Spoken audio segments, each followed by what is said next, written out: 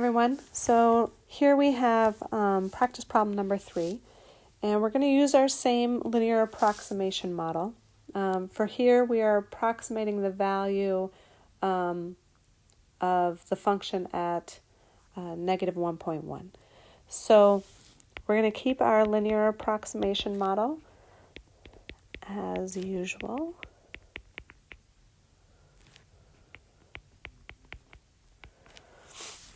And here we're going to use x or a equal to negative 1. So we're going to look at we have our f of x function here, which is negative 8x plus 2 over 3x plus 5. And we are going to evaluate this to find f of a. So f of negative 1, which is going to be negative 8 times negative 1 plus 2 over 3 times negative 1 plus 5, and this will give us 10 over 2, which equals 5.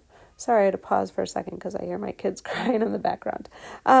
Okay, so the only reason that this one is a little bit different than the other two that I showed you is because finding the derivative means we have to use the quotient rule.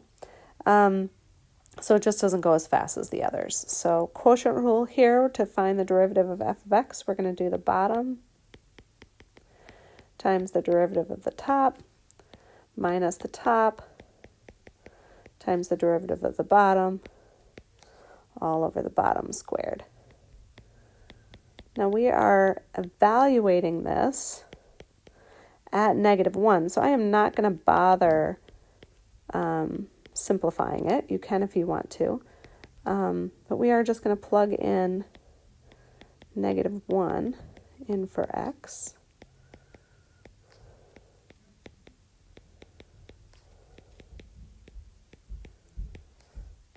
And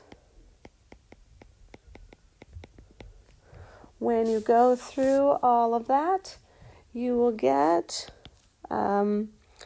2 times negative 8 minus 10 times 3 all over 2 squared, which will give us negative 46 fourths. That's a 4. Let me make this 4 a little bit nicer here.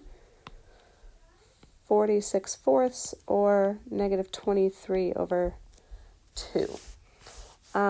So bringing this back to our function, that means that we have L of x equal to 5 minus 23 over 2 times x minus a negative 1, which will give us x plus 1. And therefore, our approximation for negative 1.1 is going to be 5 minus 23 over 2 times negative 1.1 plus 1. And when you put this in your calculator, you will get about 6.15.